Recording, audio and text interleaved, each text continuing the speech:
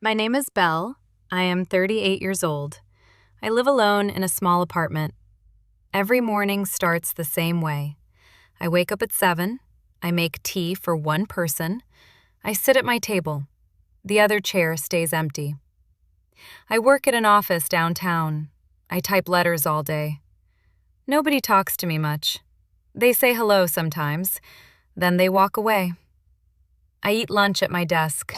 I read a book or look at my phone. My phone never rings. There are no messages. After work, I go home. The apartment feels cold and quiet. I make a simple dinner. Usually it is soup or salad. I eat it slowly. I look out the window. People walk outside. They talk and laugh together. They have friends and families. I watch them from my chair. The rain comes often here. It makes patterns on the glass. I count the drops sometimes. 1, 2, 3, 4. Then I lose count. The sound helps me sleep. But sleep comes slowly. My bed feels too big for one person. My family lives far away. My parents are old now. They call once a month. We talk for 5 minutes. "How are you?" they ask. "Fine," I say. "Good," they say. Then we say goodbye. My sister has 3 children. She is always busy. She sends a card at Christmas. That is all. I had friends before. We went to school together. Now they have husbands and children. They forgot about me. Maybe I forgot about them too. Time does that to people. It makes them strangers. Every weekend is the same. On Saturday, I clean my apartment. I wash dishes and fold clothes. I go to the market. I buy food for the week. The woman at the store knows my face. She never asks my name. On Sunday, I walk in the park. I sit on a bench. I watch birds and clouds. Then I go home again. Sometimes I think about my life. Is this all there is? Will every day be like this? I am not old yet, but I feel old inside. My heart feels heavy. It weighs me down. At night, I look at old photos. There I am, young and happy. I had dreams then. I wanted to travel. I wanted to paint pictures. I wanted to fall in love, but those dreams went away. Now I just exist. I breathe and eat and sleep. Nothing more. I thought my life would stay quiet forever. Then he came. My loneliness started many years ago. It did not come all at once. It grew slowly like a plant in the dark. My parents died when I was 25. First, my mother got sick. She stayed in bed for 6 months. I sat with her every day. Then she closed her eyes. She never opened them again. My father died 2 years later. His heart stopped one morning. The doctor said it was sudden. I think he missed my mother too much. I have one brother and one sister. My brother Cedric lives in Canada now. He married a woman from there. They have 2 children.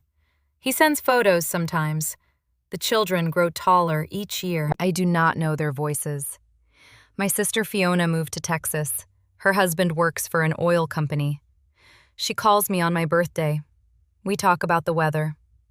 Then she says she needs to go. When I was young, I had many dreams. I wanted to be a teacher. I loved children and books. I studied hard at university. But then my parents got sick. I left school to take care of them. After they died, I needed money, so I took an office job. The teaching dream went away. I also wanted to paint pictures. My mother taught me when I was small. We painted flowers and trees together. She said I had good hands for art. After she died, I put the brushes away. They sit in a box now. I never open it. The colors dried up long ago. Travel was another dream. I wanted to see Paris and Rome, I saved money for a trip to Japan. I bought guidebooks and maps. They sit on my shelf now. The pages turned yellow. I never bought the plane ticket. There was always a reason to wait. Now I am too afraid to go alone. Love came once to my life. His name was Malik. We met at work. He was kind and funny. We dated for 2 years. I thought we had a future together. Then he met someone else. She was younger and prettier. He left me for her. That was 8 years ago. Nobody else came after him. People tried to help at first. Friends invited me to parties. My aunt wanted me to meet men, but I always said no. It hurt too much to try, so they stopped asking. Now nobody asks anymore. Work became my whole life. I go to the same office every day. I take the same bus there, Route 42, at 7:30 in the morning. The driver knows my face. We never speak. I sit in the same seat, 3rd row, left side. Other people get on and off. They talk on phones or to each other. I look out the window. At home, I have books on my table. I bought them months ago. They stay closed. Reading takes energy I do not have. The TV sits in the corner. Sometimes I turn it on, but the sound feels too loud, so I turn it off again. The apartment stays quiet. Silence became my only companion. It sits with me at dinner. It lies next to me at night. It walks with me to work.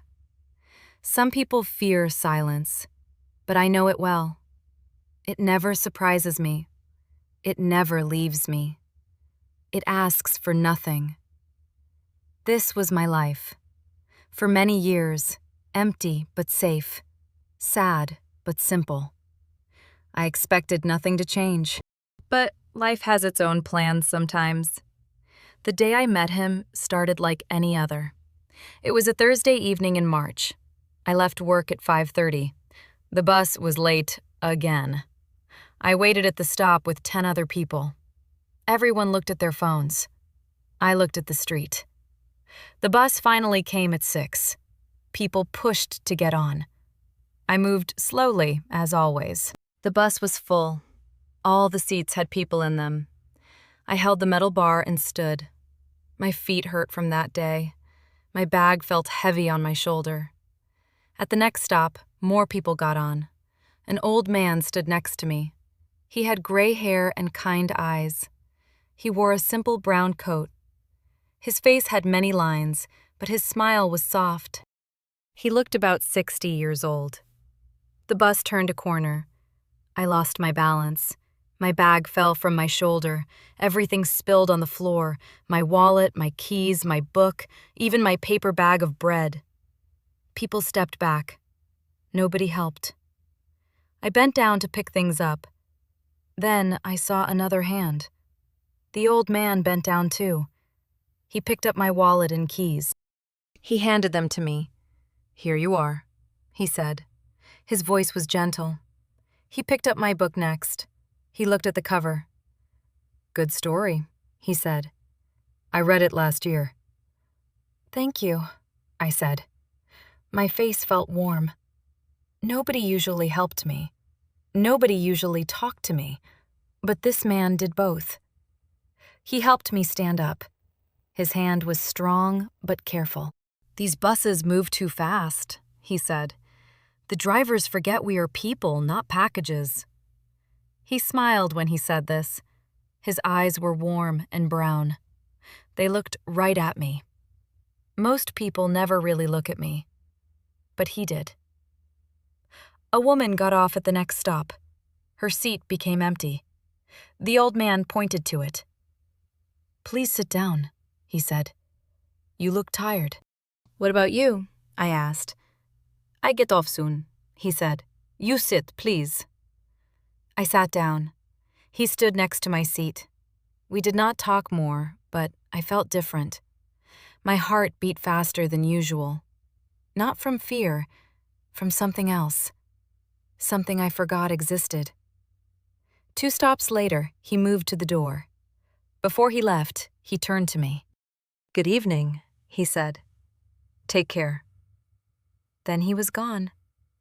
The bus moved on, but I kept thinking about him. His voice stayed in my ears.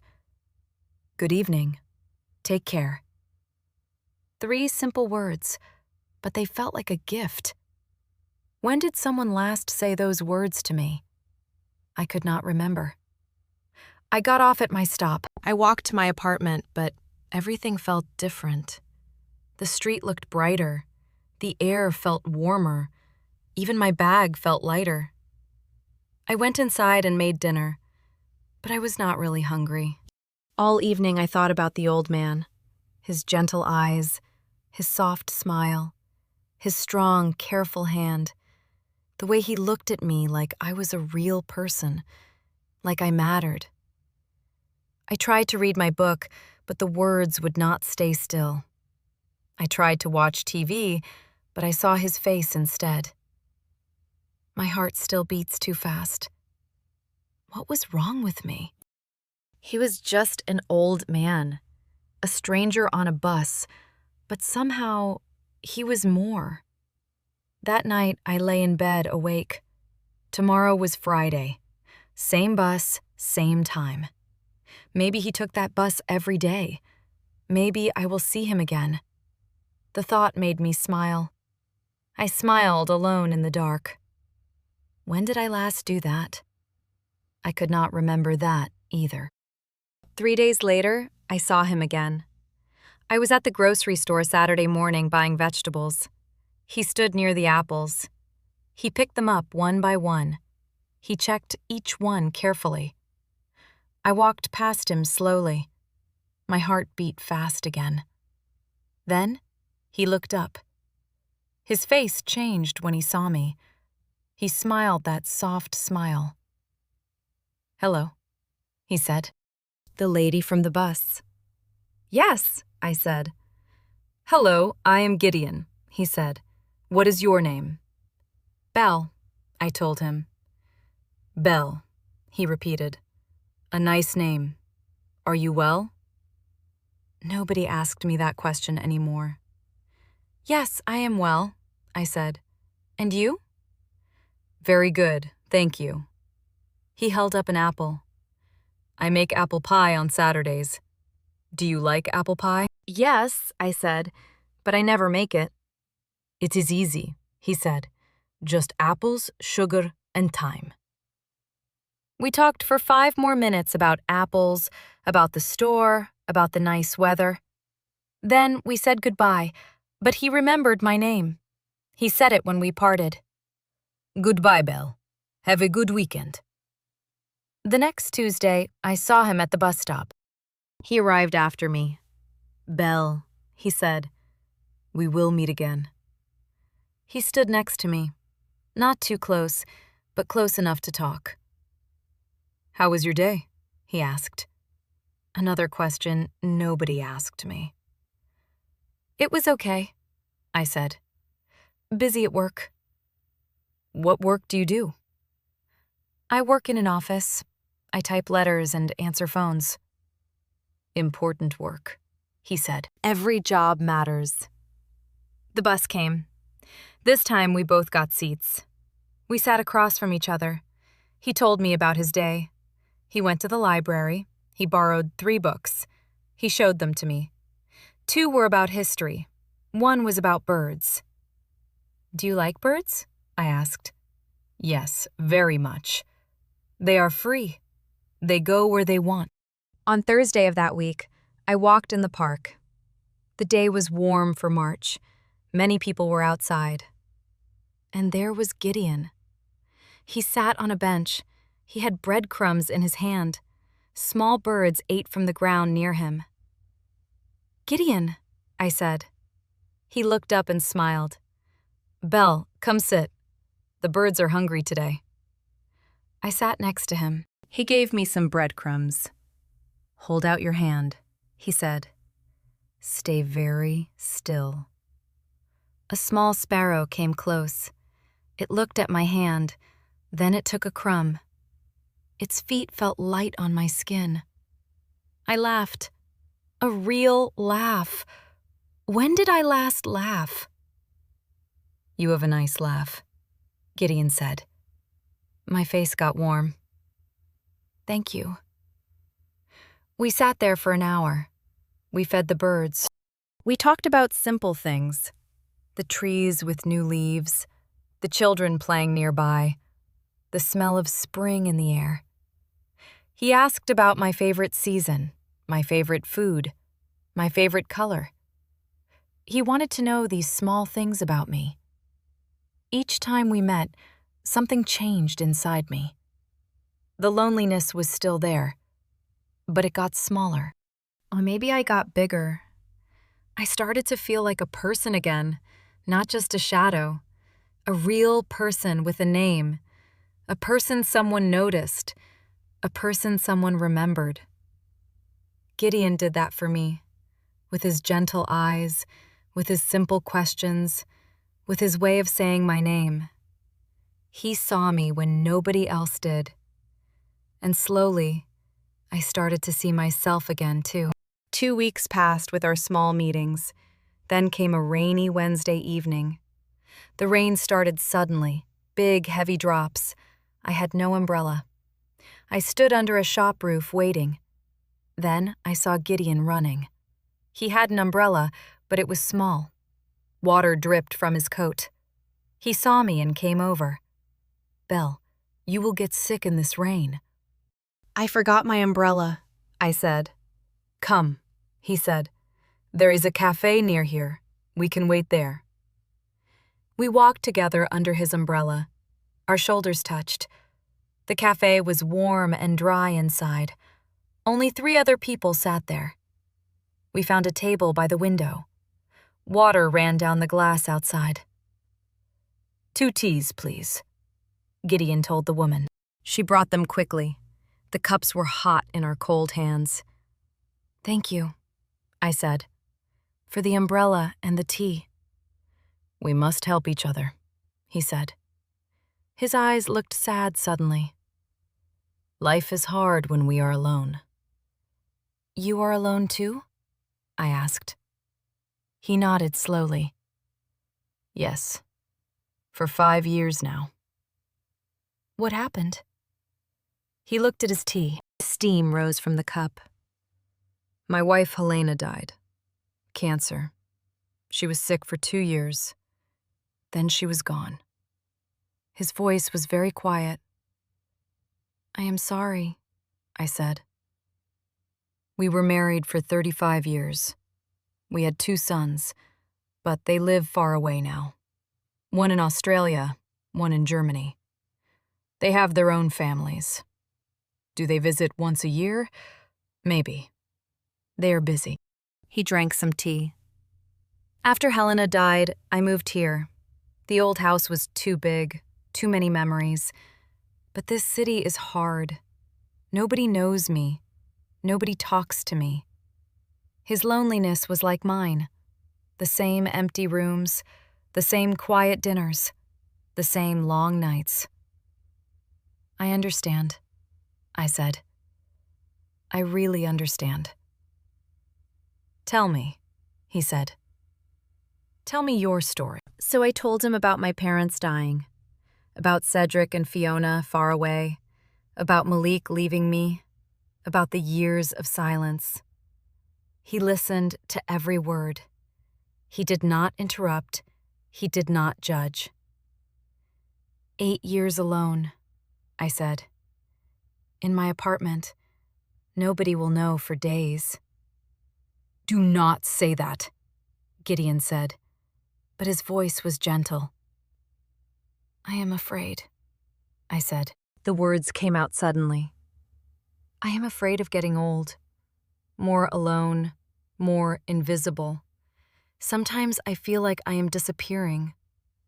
You are not disappearing, he said. I see you. We sat quietly for a moment. The rain hit the window. People walked by with umbrellas. The streetlights came on outside. They made yellow circles in the rain.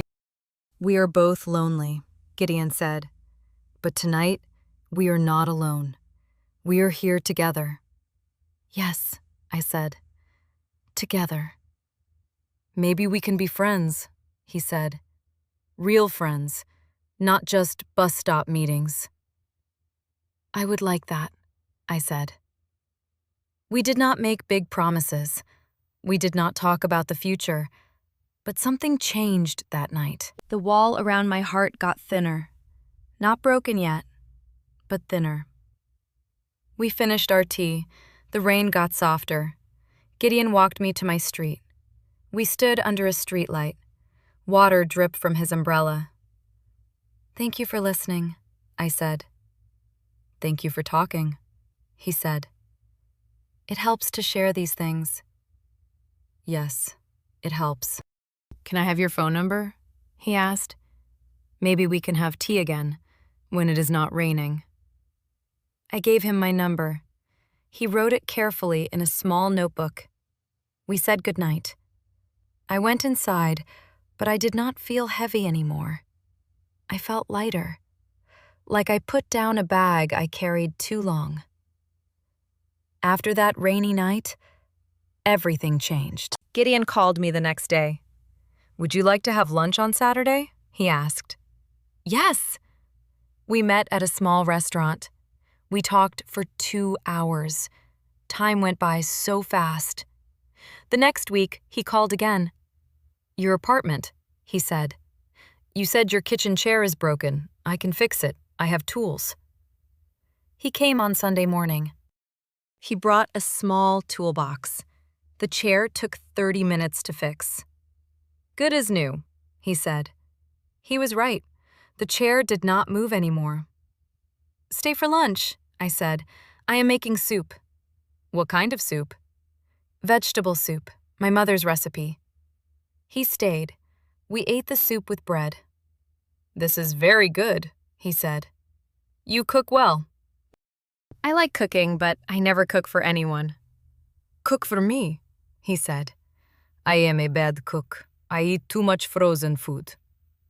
So, we started a routine. Every Sunday he came to my apartment. He fixed things for me.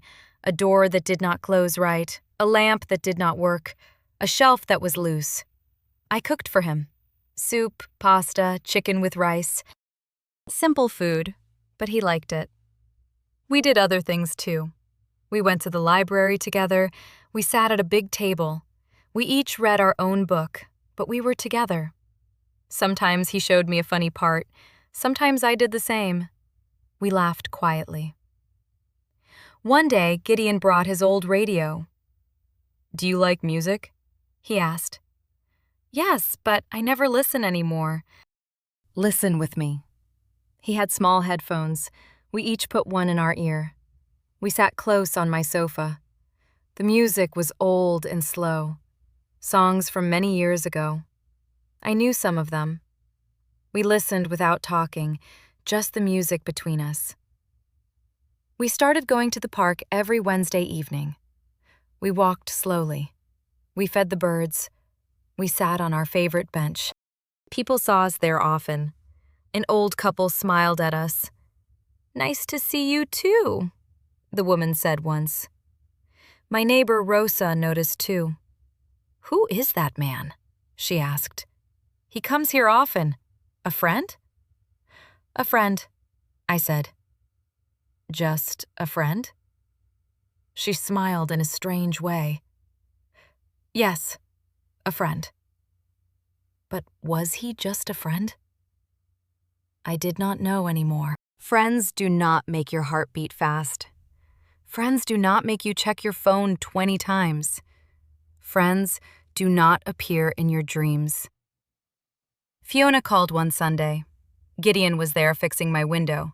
She heard his voice. Who is that? She asked. A friend. His name is Gideon. A man friend at your apartment? Yes. How old is he? About 60. Are you together? We are friends, Fiona. Okay, she said, but she sounded surprised. She called again the next week. She never called so often before. Even strangers noticed something. The woman at the grocery store said, "You look different. Happier." The bus driver said, "You smile more now." My doctor said, "Your face has more color." "Are you exercising?" No, I was not exercising. But I was living. Really living. Not just existing. Gideon brought life back to me with his gentle ways, with his quiet company, with his care. But what were we? Friends or something more? He never touched me, only to help me up or down. He never said romantic words, but his eyes were always warm. His voice was always soft. He remembered everything I told him. He cared about my small problems. He made me laugh. He made me feel important. Late at night, I thought about him, about his smile, about his hands fixing things, about sitting close, sharing music. My heart wanted more, but I was afraid. What if I was wrong? What if I lost him? This friendship was precious. I did not want to break it. 2 months passed with Gideon in my life. Then the problem started. First, Fiona called on a Tuesday night. Her voice was sharp. "Belle, we need to talk about this man." "What about him?" I asked. "Nobody knows his family. Where does he come from? What is his background?" "He moved here 5 years ago. His wife died." "But who is he really? You know nothing about him." "I know he is kind. I know he is good." "That is not enough. You are not 20 years old. You need to be careful." Her words stayed in my head. Maybe she was right. What did I really know about Gideon? The next day, Cedric called. He never called. "Fiona told me about your friend," he said.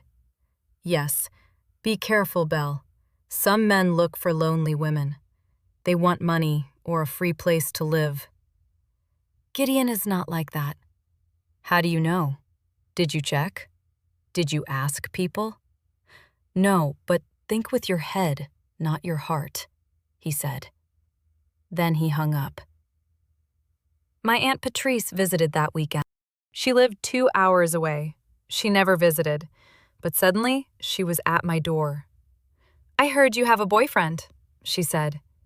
"He is a friend." "At your age, Belle, you are almost 40. The time for romance is over." "Why?" "Because that is life. We get old. We accept it. We do not pretend to be young." "I am not pretending anything. This man will hurt you, or worse, people will laugh at you. 2 old people acting like teenagers." After she left, I sat alone. I looked in the mirror. She was right. I was not young. My face had lines. My hair had gray parts. Who was I to think about love? That evening, Gideon called. "Would you like to go to a concert tomorrow? Free music in the park." "I cannot," I said. "Are you busy?" "No, I cannot." "Are you well? You sound different." "We need to talk," I said. "Can you come over?" He came in 20 minutes. He looked worried. We sat in my living room. I closed the window. The room felt cold. "What is wrong?" he asked. "Maybe we should stop this," I said. "Stop what?" "Meeting, talking, being together." His face changed. He looked hurt. "Why? People are talking. My family thinks you want something from me. They think I am too old for this, for friendship, for whatever this is. And what do you think this is?" he asked. "I do not know. That is the problem." Gideon was quiet for a moment. Then he moved his chair closer. "Belle, listen to me. You are not too late." "Too late for what?" "For happiness, for friendship, for love, for life. My family says your family is not living your life. Your life is not finished yet. Not for you, not for me. But I am almost 40. So am I. 60. Does that mean we should sit and wait to die? Should we be lonely because of our age? I looked at my hands. Maybe I do not deserve happiness. Why not? Because I do not know. I just feel that way. Gideon reached over. He took my hand. It was the first time. His hand was warm and strong. Everyone deserves happiness. Young people, old people, you, me, everyone. But what if they are right? What if this ends badly? Everything ends, Belle. Good things, bad things. Life ends. But that does not mean we should not try. I looked at him. His eyes were serious but kind. You really believe that? Yes. I lost Helena. It hurt very much. But I had 35 good years with her. The ending did not erase the good years. He still held my hand. I did not pull away. The scarf he gave me last week lay on the table. I had folded it away. Now I want to wear it again. A week after our difficult talk, I got sick. It started with a small fever. Then my head hurt badly. My body felt weak. I could not get out of bed. I called my office to say I was sick. Then I lay down again. The fever got worse. I felt very hot, then very cold. My phone rang. It was Gideon. You did not answer my message, he said. Are you okay? I am sick, I said. My voice was weak. I am coming, he said. No, you do not need to. I am coming. He hung up. 20 minutes later, he knocked on my door. I opened it slowly. He looked at my face. You look terrible, he said. Go back to bed. I went back to bed. Gideon came into my room. He put his hand on my forehead. You are very hot. Where is your thermometer? In the bathroom. He found it. My temperature was high. You need a doctor, he said. I will be fine, I said. No, I will call one, he said. The doctor came 2 hours later. She said I had a bad flu. I needed rest and medicine. Gideon went to buy the medicine. He came back with a big bag, medicine, juice, fruit, bread, and soup ingredients. You do not need to stay, I said. Yes, I do, he said. You cannot take care of yourself like this. He made soup in my kitchen, chicken soup with vegetables. The smell filled my apartment. He brought me a bowl. Eat slowly, he said. He sat on the chair next to my bed. He watched me eat. Thank you, I said. This is what people do, he said. They take care of each other. For 3 days, Gideon stayed with me. He slept on my sofa. He made me food. He gave me medicine at the right times. He put cool cloths on my head. He held my hand when the fever was bad. On the 3rd night, I woke up at dawn. Light came through the curtains. Gideon sat in the chair. He was asleep. His hand still held mine. I looked at him. This good man, this kind man. He stayed with me. He took care of me. Nobody did this for me in years. My heart felt full. Not just grateful, something more, something stronger. I knew what it was. Love. I loved this man. The next morning, my fever was gone. I felt weak but better. Gideon made me breakfast.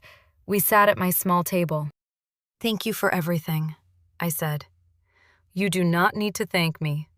Yes, I do. You saved me. The doctor and medicine saved you. No, I said. You saved me.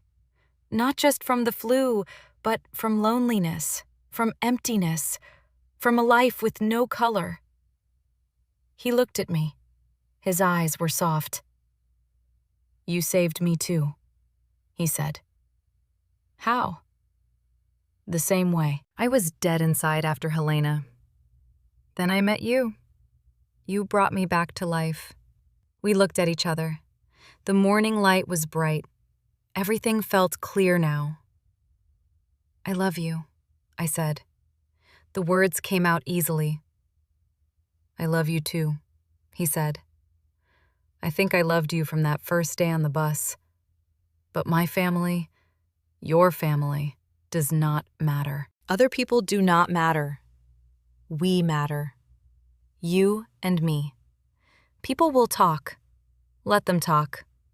We know what we have. Are you sure? I asked. I am not young. I am not beautiful. You are beautiful to me. Age is just numbers. Love is love. He reached across the table. He took both my hands. Belle, I want to be with you every day. Not just visits, not just friendship. Real love. Real life together. I want that too, I said. Tears came to my eyes.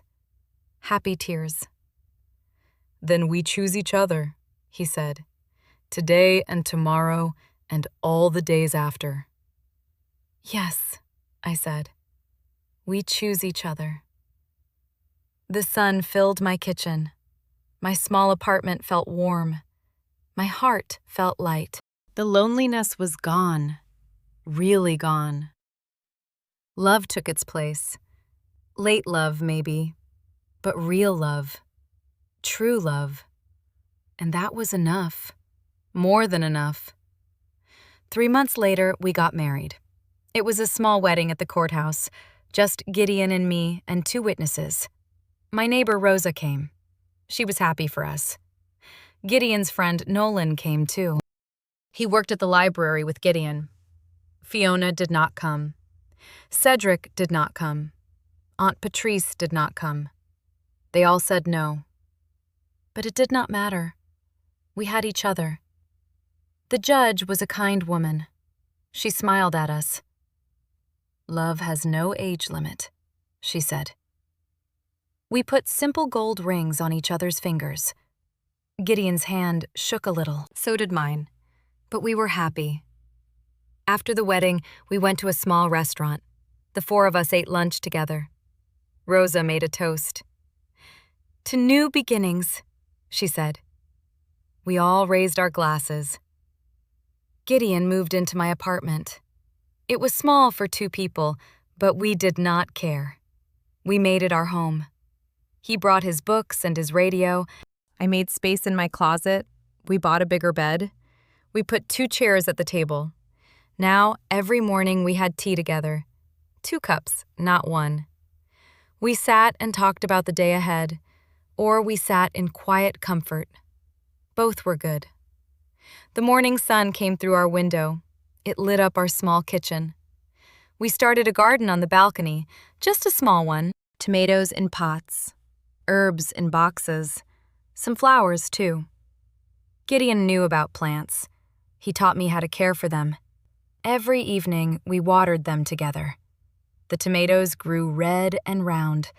The herbs smelled fresh. The flowers brought color to our home. I started painting again. Gideon bought me new brushes and paint. You have talent, he said. Use it. My hands remembered what to do. I painted the view from our window. I painted the birds in the park. I painted Gideon reading his book. The paintings were not perfect, but they made me happy. We took long walks in the evenings, hand in hand, like young people. Some neighbors stared at first, but we did not care. We walked to the park. We sat on our bench. We fed the birds. We watched the sunset. Then we walked home slowly.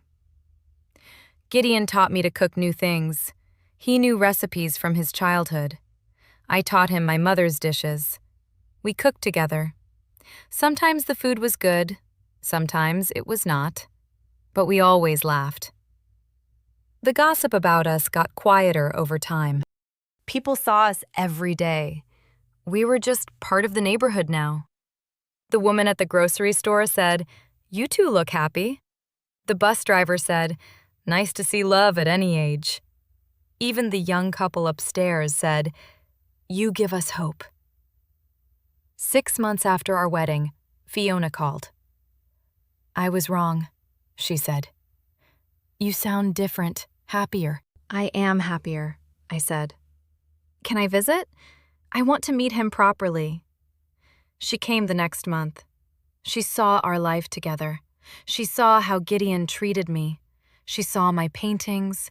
She saw our little garden. "I am sorry," she said. "He is good for you." Life was not perfect. Sometimes we disagreed.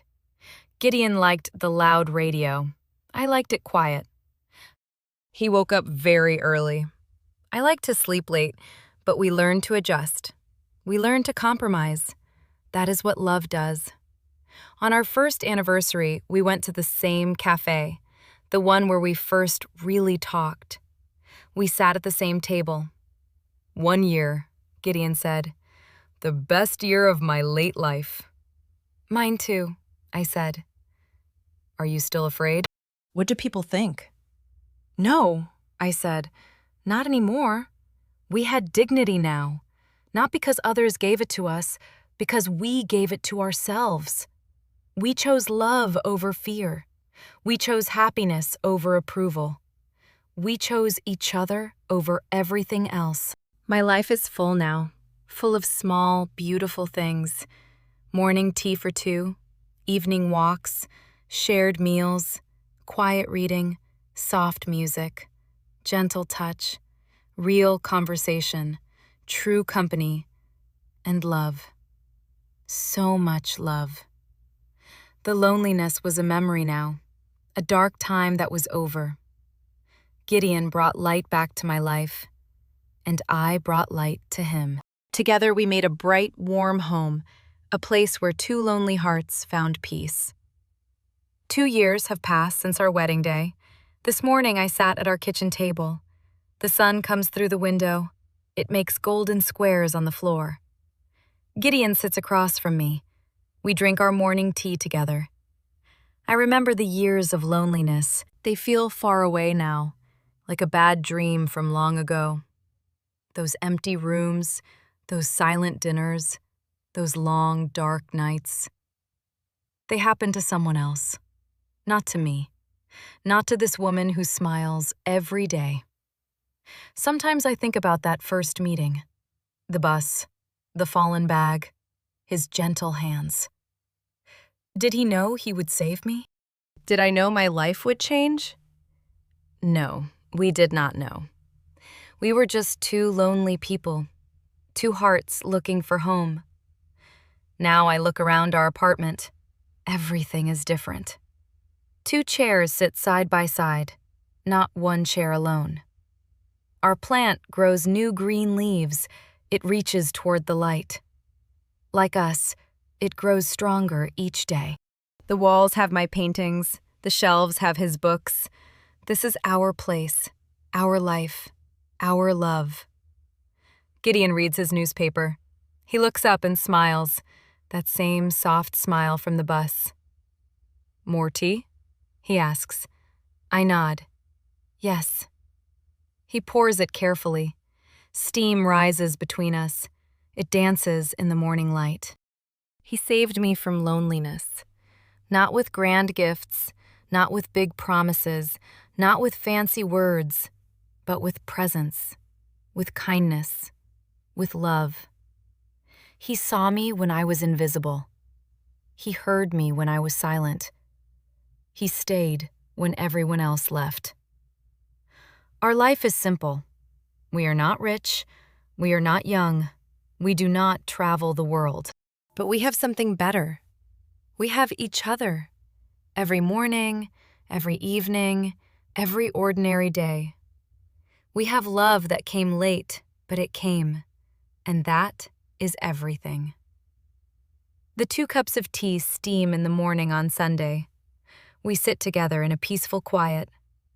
2 people who were once alone, now never alone.